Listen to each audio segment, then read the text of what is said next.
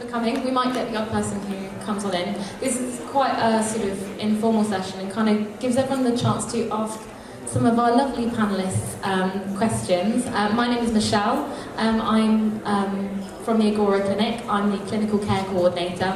And to my left, I have some lovely, lovely panellists who are here.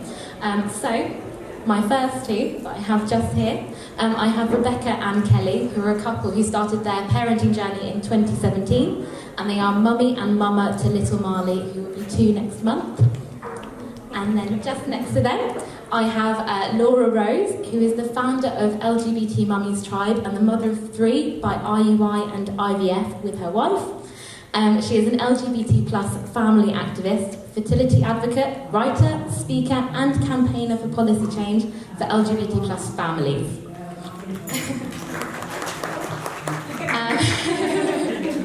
A lot of words there. And then again, just to the left of Laura Rose, I have Lisa. Lisa is a queer human who embarked on a solo journey to parenthood. They are embarking on their journey.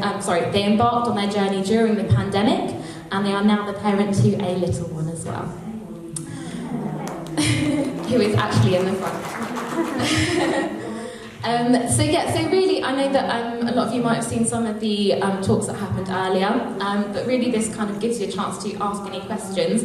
So I would love to open the floor if anyone has any questions they might want to ask. Don't be shy. Nothing too challenging, okay? Nothing too challenging. We've been here since quite early, so, you know, flagging a little bit. All right, well, I'm going to start off with a question, so I will open it up. But actually, in the meantime, if anyone does kind of think of anything, please feel free to pop up your hand, because kind of anything goes here is absolutely fine. All right? So maybe we can kind of talk about what treatments you all had and why you chose to have that treatment. Do you want to start? I do love a chat, so I apologise now. Get comfy. We went down the IVF route. We went for treatment first. We basically tested each other first at clinic, and then edged our bets on whose results were better. Physically, could you guess whose results were better? Just putting that out there. Rebecca's came back better, obviously. So, yeah, we just went down the IVF route. We went to the Agora, where we went to an open evening. Carol did an amazing little open evening, which gave us all of those wonderful facts that you heard possibly earlier. And then, yeah, IVF was the way we went with donor sperm. And now we have Marley, who's almost 2. That's our journey. Hi everyone. We decided to go down the IUI route at the time just because financially it was more cost effective, less invasive, and because my wife had been checked and she'd been told by the NHS that she'd never fall pregnant naturally and never carry birth to term because she had severe PCOS. So when we went to our clinic, CRGH, and spoke to them, they said, actually, let's have a look, and no, you are viable for IUI. Let's try, it might take a little while, but we'll get there. So we went down that route for her, and then when it came to me, we went down the same route, IUI, and then this little one was actually IVF in the end after 3 failed IUIs because I had secondary infertility, so my ovarian reserve had diminished by half by the time I was 33, in between having our second and this child. So we just made the decision, we were running out of sperm, to move to IVF, and so yeah, this one was IVF. I'll do all right. I went straight with IVF. A couple of reasons behind that. Reason number 1, I tried for 7 years with a husband, lol. Naturally. And when it came to me doing it by myself, it was a financial thing.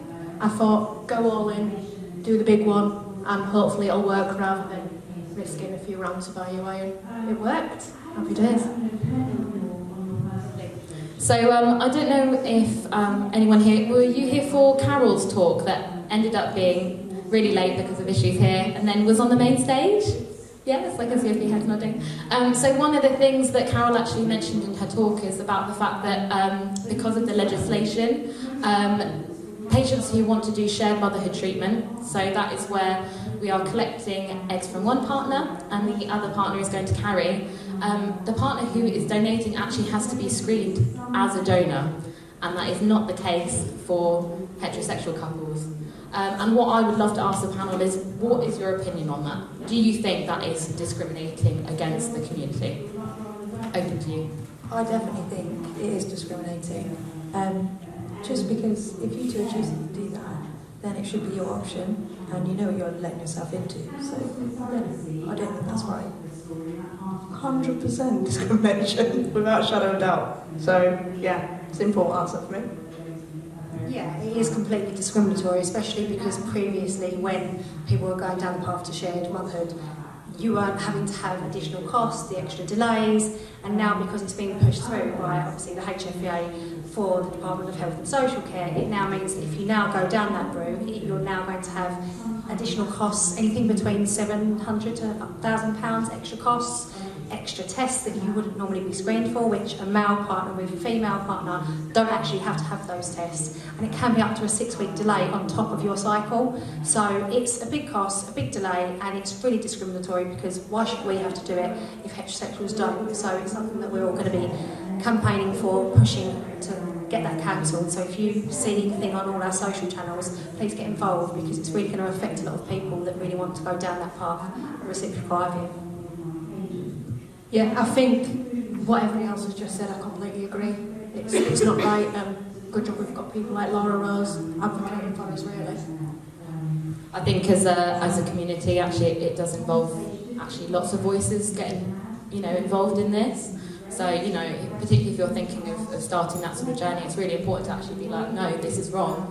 Why is it one rule for one person and a different rule for us? So I would really love it if everyone could kind of get involved and share their voice. Does anyone have any questions before I just keep rambling on? Or any topics that anyone is sort of like, oh, I'd love to kind of hear, someone up here talk about? Look at everyone looking so shy. Look at you. You're like, ooh.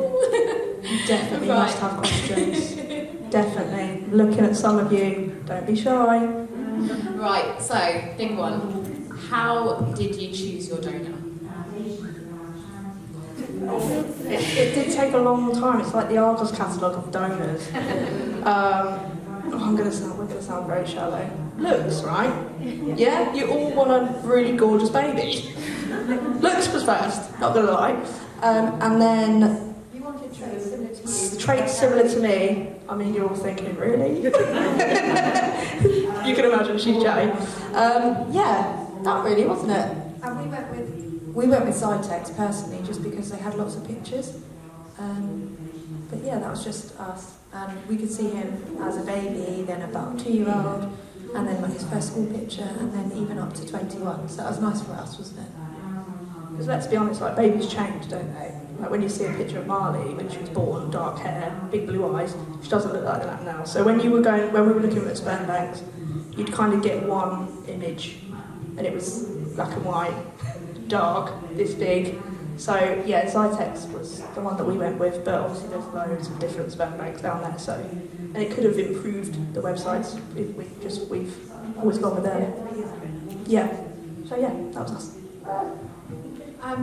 We started our journey over a decade ago, so back then there wasn't really anyone that you could actually speak to with lived experience to ask, what do you look for? So it was literally like shopping for the most expensive pair of shoes that you'll ever buy, and having to agree on it. And so it was quite difficult. We did want someone relatively good looking, and we also wanted someone that had traits again of both of us. So my wife is sporty, I was very musical, I used to be a performer. So we wanted someone with a bit of both of us in them. And we also didn't strangely actually go for someone with the same ethnicity as either of us. So I'm Irish, half, and then my mum's side is from Barbados and black, and then Scottish. So I've got a real mix of different ethnicities. And we didn't actually go for anyone with that ethnicity, or my wife's completely English, Caucasian. And we went for a Puerto Rican donor because he had all the attributes, he was really good looking, and he was really family orientated, so his family values were really important. That he loved the fact that his family were tight-knit, he had loads of siblings and cousins, and his parents had really great values as well. So for us that was really important. But you kind of have all these tick boxes that you want your dream donor to have, and sometimes they might not have one thing, but they'll have something unexpected. So try and keep your eyes open and just really shop around. We use iTech as well. We've used them for the last 10 years for all 3 of our children, and they're amazing. But we also work with Fairfax and California Cryobank, and they're just equally great. Again, baby photo, adult photo, and some of them do recordings as well, so you can hear their voice, which is amazing too. I agree with what everybody else was saying. You definitely fall into this massive pool of sperm. So I started off just being like, healthy, happy guy, that'll do. And then I was like, well, this guy's got glasses, this guy's nana had cataracts, this granddad, and I wear glasses. I eventually went for a guy who, I'm half Spanish, so I went for a guy who had the same ethnicity as me, and he would just seem like a cool bloke. He seemed like somebody I'd want to go for a beer with, and I think that was really important for me. One day he might want to meet his dad, and if he does, I'd like it to be somebody that I'd like to hang out with, and he seemed like a legend, so thanks to him. Yeah, I'm happy. So one question I thought might be good to actually talk about. So Rebecca and Kelly, I know that you embarked on doing egg sharing, and I know that you said in the past, like obviously the first cycle didn't work for you, but it did actually work. Your donation did work, I believe, for the person you donated to. What did that kind of feel like? What was that journey like for you both? I knew you were going to give it to me first. My eggs were like raisins. Yeah. I wasn't donating them anywhere. Yeah. So Kelly was really down when that happened, weren't you? Yeah, I've had a good down day. But I said, you know what's worked for someone else, there's no reason why it can't work for us. And actually I took a positive from it. And then just very slowly you came round and said, actually no, it's worked, that's really good. But we just chose to egg donate because our friends Danny and Jess here in the audience, Danny had also done it, and she just seemed really, really positive about it. And then they'd had Marnie, who's our goddaughter, and I don't know, it just seemed right to us. Yeah, basically what Rebecca was saying, it's that whole being kind to someone else. Hopefully the karma will come back on you, and it did. Well, when you meet Marley, you might second guess that karma. But you know, in theory. But yeah, so Marley was third attempt, and the other 2 times the women both felt pregnant, didn't they? But I don't know why, the first time hit us a bit harder, because I think you think you're mentally prepared for that news, and then maybe when you get it, you're like, oh, hang on, could have been ours, but hang on, it will happen. So second time, we kind of were just like, right, come on, third time, we just ploughed through that second time, didn't we? And it was like, let's keep going. We knew we were going to keep going, so it's kind of like, have a down day, put it to bed, carry on, and have that focus. So yeah, that was it really. And I think, I think now we've got Marley, we can appreciate how much she means to us, and to give that gift to someone else, that's just so special. Yeah, 100%, yeah. Oh, that's great. And I mean, is there any advice that you would give to anyone who's maybe just thinking about doing an egg sharing cycle? 100% do it. The lady who fell the first time, she had a little boy, and she wrote me a letter of how grateful she was, and she made a little bracelet and it had little words of how brave she thought it was to be able to donate, and that's just always stuck with me, and just to know that that child's so loved and it's given her dream of a family is just so special. Yeah, that was really nice to have that. Obviously it was screened through the clinic and everything. Checked that she'd not put her phone number or any, tried to drop the child back. So it was checked, but it was such a nice gesture to have that. And then when you read it, I mean, I'm quite a hard nut to crack, but I was in the car like, oh God, this is so emotional. Like, yeah, it was like she pulled her heart out, and then it was like, okay, that's why we did it as well. Yeah, so that was a really nice reminder. And yeah, like Rebecca said, how we feel about Marley, I'm sure they'd feel probably more. Thanks so much. Lisa, I'd love to kind of ask you about, obviously you decided to go on a solo parenting journey. Did you ever kind of consider maybe like co-parenting or any other kind of route, or was it kind of like, that's what I want to do? And I didn't consider it at all. It was never a consideration. I think, like, for me, I think when my last long-term relationship ended, it ended because I really wanted to have kids, and it's so engraved in me that I wanted to be a parent that I felt like if I got into any other romantic relationship at all, that'd be on my head so much that I want to have kids, and it could potentially put the pressure on a new relationship. So I decided, cut off relationships for possibly forever, who knows, and do this, get this done, and yeah, it's the best decision I ever made. And no, co-parenting never came, I never even considered it was just doing it solo, and that was that. And would you have any advice for anyone who's kind of thinking about going solo? Yeah, if anyone was considering doing it solo, the best thing I ever did was go to therapy.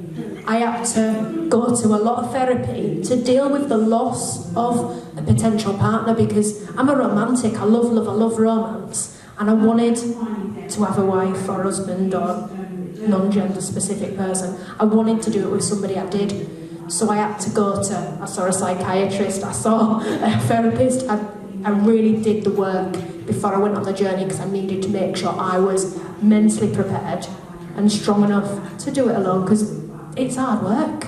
It's hard work doing it alone, but it's really rewarding as well. Laura Rose, I know you do quite a lot of support work with within the LGBT community. How important do you think like counselling and therapy is kind of, to those who are starting this sort of journey? I think it's actually so important, and it's not until you actually start your journey and you're so excited, whether you're doing it as a solo person, if you're doing it as a couple, or if you're doing co-parenting or as a polyfamily, regardless, that first counselling meeting that you know that you've got to have, you go, oh yeah, it's compulsory, oh yeah, it's fine, it's a tick box. It's not a tick box, and we made it a tick box because we're like, oh yeah, we'll be fine. And the woman sat there and said, do you know the implications? Went through it, and we were like, yeah. All we wanted to do was get in that clinic and have that baby. And looking back on it, I really wish that we'd taken it a bit more seriously, that we'd sat down and really talked about the things that were really important to us, but also opened our eyes a bit more to the other things that would actually go on, specifically around being a non-bio parent or a bio parent. I really struggled as a non-bio mother, for me, because I didn't realise that people wouldn't actually see me as the parent. So the day after we had our eldest, I went to take her in to get checked by the doctor, and the doctor said, oh, I want the mum. And I said, oh, I am her mum. And the doctor said, oh, Stacey, my wife. And I said, no, Laura Rose. And she looked at me, looked really confused, looked at the notes and then realised what I was quite disdainful, and said, no, I don't want you to get her out, I want the real mum. And I'm not saying that to put people off or to trigger or traumatise people, but these conversations, these things do actually get said to you. And it's really, really traumatising. I'd never, in the whole time we'd been trying to conceive, thought someone won't see me as her mum, someone won't see me as a real valid parent. And for about a year and a half after, I struggled to feel validated in my role as a parent. I struggled bonding. I struggled with letting anyone hold her. I wanted to be near her all the time. And it really, really had an impact on me. And, we have non-bio mama and parent support groups for people, because the struggle doesn't start at the beginning when you have that first counselling session. You might not struggle at all, but for some people it's a really, really difficult journey, whether you're doing reciprocal IVF or you're just not being the carrier because you don't want to, or you're not fertile, or you can't afford to have another child. There's so many different reasons why you might not carry. And you've really got to take into consideration, have those open conversations in that counselling session. If you need more, it's money well spent, because if you have those conversations early on, you can deal with it through the process, but it doesn't just stop there. It then continues when the baby's born, and then when you go to school, when they say, oh, who's mum? And you have to do the whole coming out again. Oh, we both are. Confused looks, bewildered, and you have to keep consistently coming out as the non-bio. It can impact people, it might not, but have those conversations, have the counselling, speak to people early on, speak to people, like us with lived experience, because it could have an impact on you, it could blow your mind, and it might affect your relationship with your partner if you have one. It might affect your relationship with your child or with your family and friends. So really take it seriously and really get your money's worth. And if you need further support, like Lisa had said, go. It's really money well spent. Sorry for talking too much. Just on that talking, sorry. There's one of the things that I worry about, and I was wondering, did you find it sort of the same kind of reaction in your own family or friends, or where like they kind of thought that you get comments or anything? Because I wonder whether there's have any advice on whether that subject should be approached might prepare the family and friends, but more also the family because they're actually generations. Yeah. Things. As to how they should react, or just really let people do what they want to do and prepare yourself to deal with whatever comes. I think it really is such a personal experience and everyone's journey is different. So for us, our family, you know, we were the only same-sex family couple that they knew that were having children. So we were like the first in our kind of community doing it. So our family and friends kind of were on the journey with us. So they were like, oh, what do we say? Do we say the right things? And, you know, kids would say, oh, so who's Dottie's mummy? And they'd go, and they'd say my wife. And, you know, learning curve, because then you've then got to have those conversations with other people, other people's children, other people you don't know. And for them it was a learning curve, and us. But if you have the conversations early on and say, this is our situation, we want you involved in the journey, this is what we want to be referred to, and this is how we feel. How do you feel about that? Some people unfortunately have families that aren't welcoming of the non-bio parent, or the one that's biologically related in recipient but the non-gestational carrier, and that's really unfortunate. So having conversations early on with family and friends and saying, this is the situation, this is what we're doing, you need to be our support network, you need to be our A-team, and having those conversations, because as a non-bio, you might really struggle, and you might need to call your mum up, or your aunt up, or your sister or brother and say, I'm having a really rubbish day, like during trying to conceive, this is how I feel. You've got that support network to support you, and having those open conversations is really, really vital. Don't hold it in. And one thing I felt really guilty for feeling that way. I felt really selfish.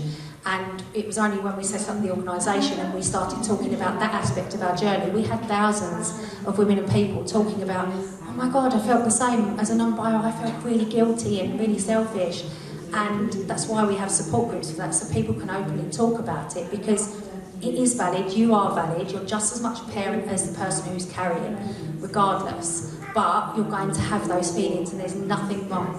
Your feelings are valid. So really talk about it. The more you talk about it, the better it'll get. But don't hold it in, because it can be really detrimental to mental health and it can really impact you. So have those conversations. Yeah. My dad would say things like, oh, he really looks like you, Rebecca, and not even realise that Kenny was sat there, but we've spoken about it with him, and actually he's a lot better now, but he's nearly 72, so he's just that little bit older generation. So I think if you're just honest and you speak about it, it does make things better. Yeah, I mean, we other than your dad, we've been quite lucky. Our families both, you know, embrace us and love us to bits and love Marley, so we were lucky in that way. But I think Rebecca's grandma was 92, God bless her, passed away last year.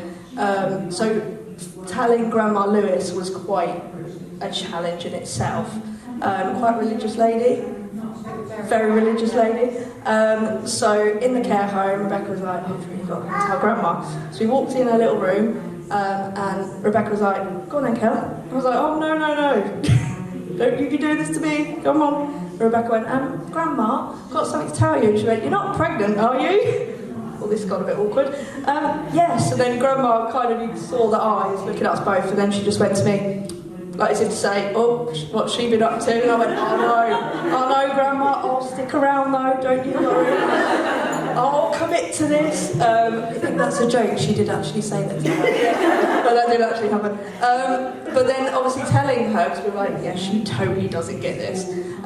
So we actually made a book, didn't we, with photos from the very, very first fertility appointment with our little blood plasters and everything, every step, all the embryo pictures, all of the little description and little jokes in there, and then we just gave it to her. It's like, good reading for you there, Grandma. And then, yeah, amazing. She got it. She's like, wow, clever nowadays, isn't it? Brilliant. Yeah, so, yeah, that's a good way. Little book, couple of jokes in there, win them over. But yeah, sometimes it is tough for people, but luckily for us, we're good with that. So, good luck. Oh, obviously I didn't have this issue of not being a non-bio parent, but I did read an excellent book, which I would advise everyone to read if you want to laugh. Jen Barista, The Other Mother. It's an amazing book, and it's about her journey as being the non-bio parent, and she's a comedian. And yeah, really, really good book, so I would recommend it. I mean, this is kind of an open one, but, you know, I think a lot of people say you need quite a bit of resilience to go through some of this process to kind of prepare yourself for maybe it not working or kind of maybe not getting the result you want on a test and things like that. How, you know, how did you stay resilient, do you think? I'm the wrong person to answer this. As you can tell, I just joke for everything, so wrong person. I think it's hard to stay resilient, it's hard to persevere through. I think it's about taking the positives and the negatives and being quite open-eyed about it, knowing that it might not work the first time, and you know that regardless if it doesn't, you're going to be heartbroken, but it's the fact that you're on the journey, you're down that path, and at the end you will hopefully get to that baby.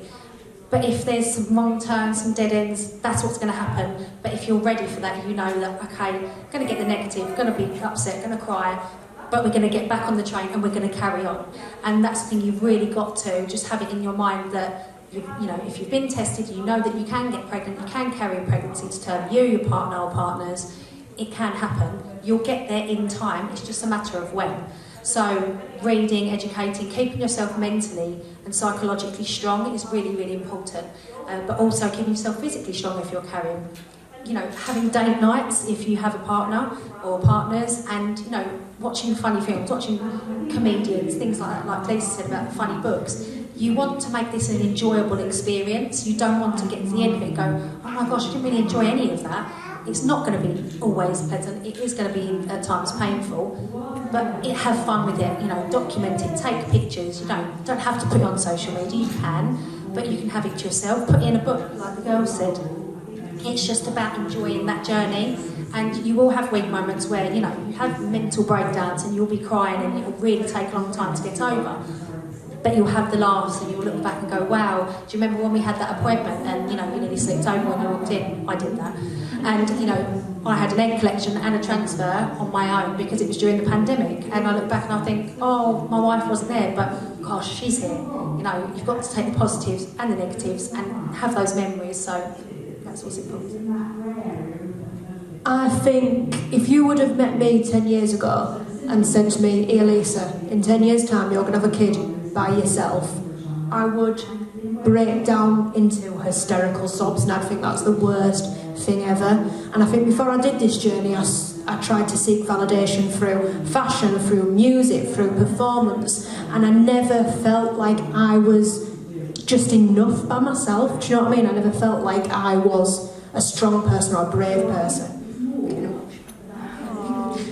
But doing this, I feel like the most powerful, amazing, strong human in the world. And I think, especially going through it alone, like I've had cancel cycles, I've had to have operations. The day of my first transfer was the day we went into lockdown. So I was laid on the bed, ready to have my embryo put inside me, and we had to stop it because we went into lockdown. So there was so many things that went wrong, but I could take on anything now because I've done this. Nothing scares me, and I think I am more than enough. I think I'm awesome. Wow, 100% awesome.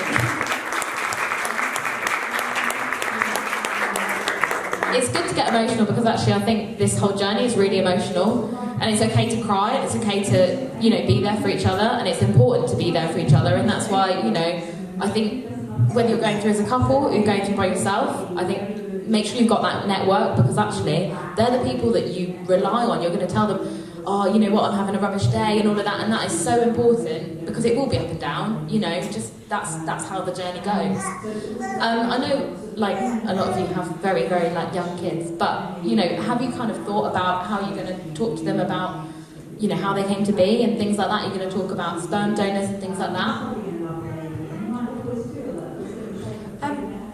I think it's very personal and very different for every single person. I think there's a lot out there that says, research-wise, you should tell them really, really early, and it's really good for them, which is great, but it's not going to be right for everyone. You might be a family that feel that you want to do it through a book, and you want to create a book, or you found a book that's, you know, explains it really well, or a book that explains it scientifically, or a book that explains it in an age-appropriate way. Everyone is different, and please make sure that you just have a look. There's lots of actual book readings on the LGBT mum. Ideally, at the end of the day, it's about the children and it's about their journey. It's their journey too. So many different ways. And there's a charity outside called the Donor Conception Network. They're really, really lovely. They have books as well. But speak to them because they talk about the different ways that you can have the conversations with children at different times in their lives. Speak to them about it as well. So, yeah, it's just all different. Yeah, so I work in the early years sector. Believe it or not, I work with kids. Don't know how I'm allowed. So for me, education is key. And hopefully in years to come we won't even have to tell them, because fertility and IVF will just be something that everyone's aware of. You can just say it and they'll go, oh, okay, I know what that means. So training is probably where I would focus. And you know, Marley's only just started nursery about a month ago because of COVID, you know, that little thing called COVID. And she's already come home and started saying mummy and daddy in her role play, which is fine. I'm quite laid back, I'm not offended, she's hearing other children, but what I want to really focus on is that staff that I work with are happy to not intervene with that play, but just support that play and say, yeah, but there could also be two mummies, or two daddies, or this, or this, or this, or just a mummy. So that is probably my focus. And in terms of telling Marley, she's really clever, believe it or not. She'll probably just figure it out if she doesn't already know where she's come from, because she's probably been perusing the internet and probably rings Carol. Agora babies are really clever. Yeah, It's like a thing. They're so intelligent. Yeah. I think Carol must go, there's a little bit of me in there.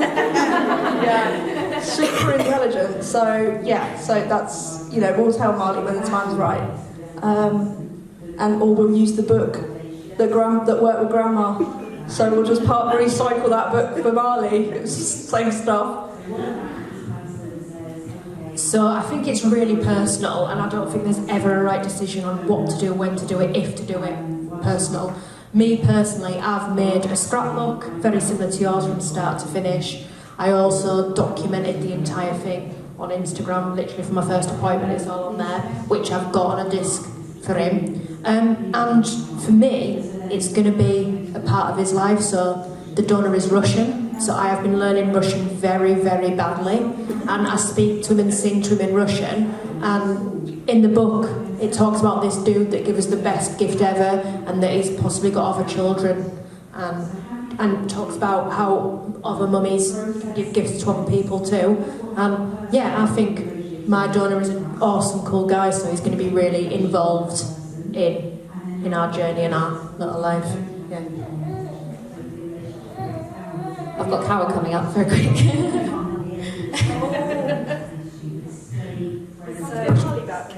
No, I haven't. I just want to tell you what the landscape is changing. You've seen Mike and Ware's, the landscape's changing.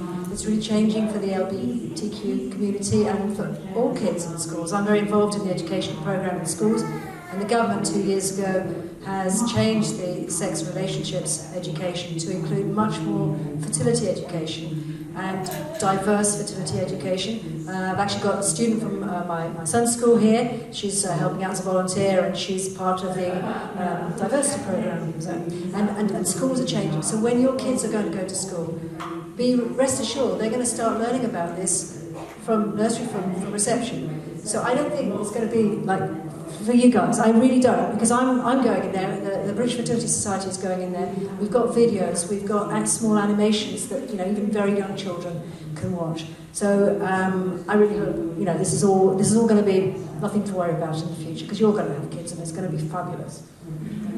Look at that. Yeah. Did anyone else have any kind of either comments or questions or anything they might want to pipe up about?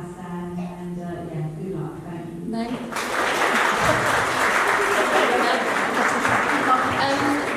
The only other thing I was going to maybe just say is, Laura Rose, I don't know if you want to maybe just tell people about LGBT Mummies Tribe and like why you founded it and what you guys actually do to help the community. So it's an organisation that supports LGBT plus women and people on the path to parenthood. So we say we educate, share and celebrate. So we're global, so we have support groups that people can join from worldwide, which is amazing because you can meet people from all over the world. We have a UK event we do once a year, about 120 to 140 people attend with their bumps, babies, their children, or if they're just starting out. And you can come to us for information, resources, or to be connected with other organisations or charities that can support you. And we do a lot of campaign work, so we're working directly with the NHS to change policies to support LGBT plus people and families better. So we really love to hear from people, so if there's anything you want to see from us or that you want to see changed in healthcare or legislations from the government, speak to us. We will then work with people like the Agora to back us to get those changes pushed through. So if you need any support, you have any questions, no question is a silly question, you can contact us directly, you can contact us to join the support groups. And we're just here to support people on their journey and just make sure you don't feel isolated. So even if you have family members, we've had family members, friends reach out and say, you know, can you support me? We can do that too. So we're here for you, and if you have any questions, just contact us. Just one thing about the LGBT Mummies tribe, I would just say for anyone that does stand outside of the binary, it's really inclusive. Like, I felt that a lot of when I was doing it, everything can be really, really gendered, and the LGBT Mummies tribe, even though it's called the Mummies tribe, non-binary, non-gender conforming people, you're welcome to. The language is really inclusive, which you don't get in a lot of other places, so well done to you. Right, last chance for questions. If not, I think we'll probably wrap up, as there's still lots left in the day. But obviously, if you did want to kind of speak to anyone privately afterwards, you'll all be around for a little bit, so you're welcome to have a chat. But thank you so much for coming.